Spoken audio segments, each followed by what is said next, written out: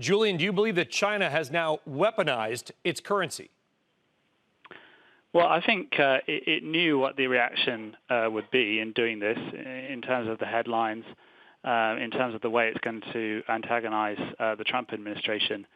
And yet it's done it anyway, and it's even explicitly linked the move to the recent escalation in trade tensions and additional U.S. tariffs. So I think it is effectively weaponizing the renminbi, even if it isn't directly intervening to push the currency down, but by explicitly linking it to the trade tensions and timing the move so soon after the tariff threats. I do think we are moving in that direction. Do you believe that the Chinese government has expressly allowed that offshore currency to go below 7-to-1 to the U.S. dollar? Because in years past, they had kind of defended that level. Julian?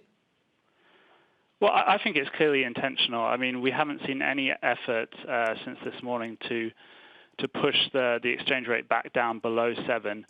We know they have the ability to do so either directly through deploying their FX reserves or through the state banks. So the fact that we haven't seen any drop back and actually it's just remained at that level just above 7 suggests that this was an intentional step upwards. Where does it go? How low does the Chinese currency fall? So I think the goal here is clearly to offset some of the drag from U.S. tariffs. Otherwise, they wouldn't take the risk of breaching 7 in terms of capital flight, in terms of what it means for the trade negotiations. So they're going to want to see it weaken further, in my view, in order to get more of that offset. We now think it could end this year at around 7.3 against the dollar and maybe 7.5 by the end of next year. Wow. And do you believe, I mean, we look at the other side of this, obviously, there's two sides, right, to the currency story. Number one is it's going to make their imports into the United States and the rest of the world less expensive. To your point, maybe semi-mitigating those tariffs. But it also has the effect of making imports into China, maybe from the U.S. or other locations, more expensive. How does this play out, Julian? Well, I think it's still a positive for China. I mean, China obviously has a current account surplus. It imports less than it exports.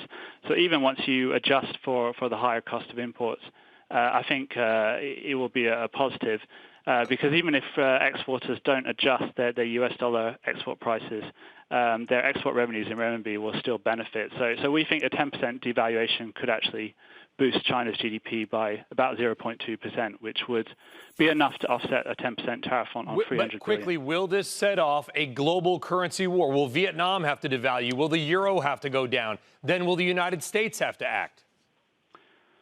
Well, I think at this stage, it's not clear. I mean, at the moment, what we've seen is actually, in the big scheme of things, a fairly small move.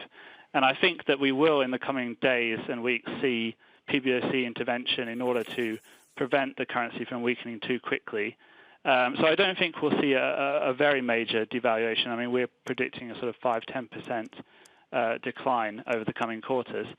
And, you know, I think that wouldn't cause significant problems for other countries. But if things do go beyond that, then it could descend into a broader currency conflict.